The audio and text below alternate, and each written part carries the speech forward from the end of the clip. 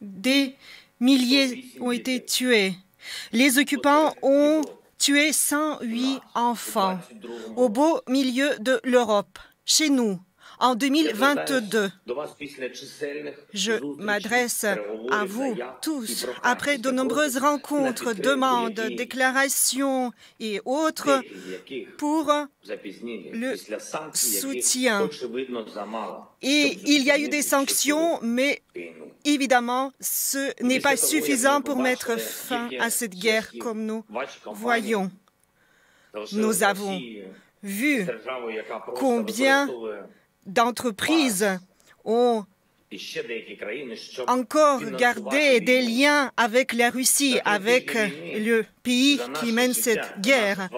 Et cela permet de la financer. Nous, au cours de nombreuses années, nous étions témoins. Et vous voyez peut-être maintenant que nous sommes derrière le mur qui sépare la liberté de toute privation de liberté. Et ce mur devient de plus en plus solide avec chaque bombe qui tombe, avec chaque décision non prise. Chers hommes politiques, chers peuples allemands, vous aviez déjà entendu dire que le Nord Stream 2, c'était un tuyau qui pouvait être dangereux. Et quand on posait la question sur ce que les membres de l'OTAN pouvaient faire pour nous prendre en tant que membres, on nous répondait qu'il n'y avait pas cette décision. Et là, la question qui concerne l'adhésion de l'Ukraine à l'Union européenne. C'est tout de la politique, mais chaque élément de cette politique est une nouvelle pierre ou une nouvelle brique pour élever ce mur qui sépare. Nous nous sommes adressés à de nombreuses rencontres et à de nombreuses occasions. Nous avons appelé à soutenir la résistance et nous avons aussi vu que vous vouliez continuer l'économie.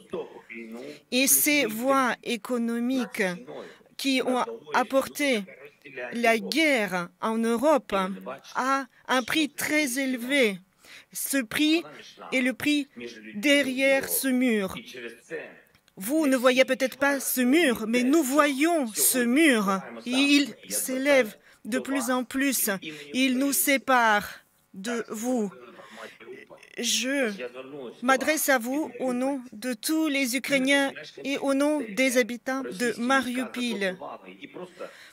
C'est la ville où les troupes russes ont bloqué les civils. La ville est jour après jour où elles détruisent tout ce qu'il y a de vivant dans cette ville. Des centaines de milliers de gens, 24 heures sur 24, sous les bombes, sans eau, sans électricité, sans signal ou appel. Les troupes russes ne différencient pas les civils ou les militaires. Ils considèrent que tout ceci, ce sont des cibles. Et parmi les cibles sont les maternités, l'hôpital pour enfants ou le théâtre. Tout est détruit 24 heures sur 24. Ils ne laissent pas entrer les convois humanitaires dans notre ville bloquée et assiégée depuis 5 jours, même plus, pour ne pas permettre de sauver les gens. qui sont dans cette ville. Mais vous pourriez le voir si vous vous élevez au-dessus de ce mur. Peut-être un pont aérien aurait pu être fait si le ciel avait été sécurisé.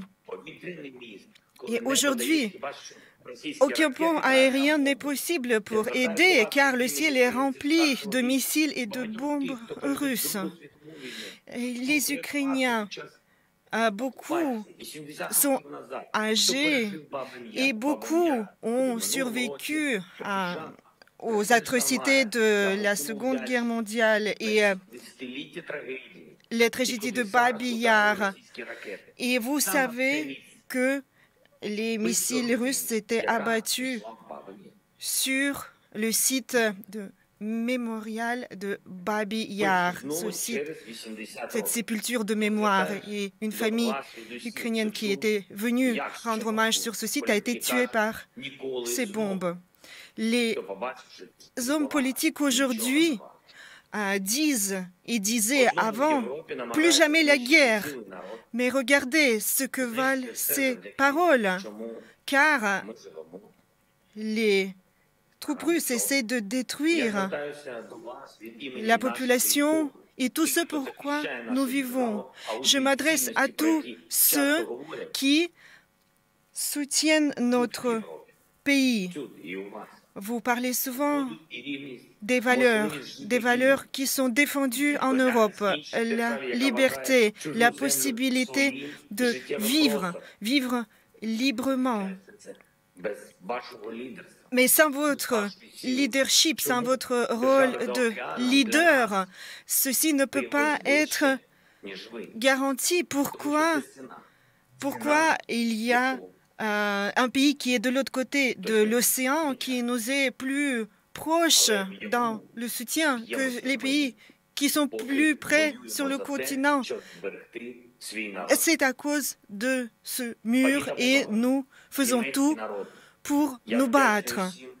Je suis très reconnaissant au peuple allemand qui nous soutient, à tous ceux qui nous soutiennent, qui aident les Ukrainiens sur votre terre. Je suis reconnaissant aux journalistes qui montrent la vérité.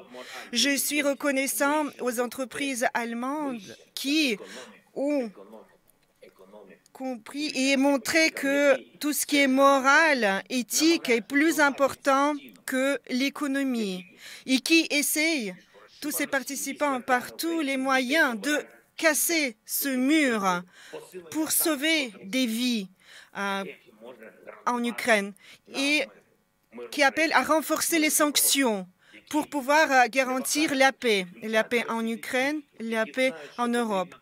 Je remercie tous ceux qui n'hésitent pas à déconnecter la Russie de SWIFT, qui n'hésitent pas à prendre toutes les mesures nécessaires, car il y a plus d'Europe. Et moi, je suis très reconnaissant à tous ceux qui abattent les murs, à tous ceux qui font tout quand il s'agit de sauver les gens. Car sans l'aide du monde et sans votre aide, c'est très difficile de défendre l'Ukraine et l'Europe sans tout ce que vous pourriez faire pour aussi ensuite tout reconstruire après la guerre à Kharkiv, à Tchernigiv, Soum, Donbass. Et ceci, 80 ans après les massacres et les atrocités de la guerre, c'est là, n'est-ce pas, la responsabilité historique, 80 ans après, pour ne pas permettre de laisser toute cette population derrière le mur. Je vous rappelle que ce qui est très important pour la survie de l'Europe et les valeurs Un acteur par le passé, le président américain Ronald Reagan, était venu une fois à Berlin et avait dit que ce mur doit être aboli. Et maintenant, je m'adresse au chancelier Scholz. Détruisez ce mur et donnez à l'Allemagne ce rôle de leader que vous méritez pleinement et duquel vos descendants seront fiers. Soutenez-nous, soutenez chacun d'entre nous, soutenez chaque Ukrainien, aidez-nous à arrêter la guerre. Gloire à l'Ukraine.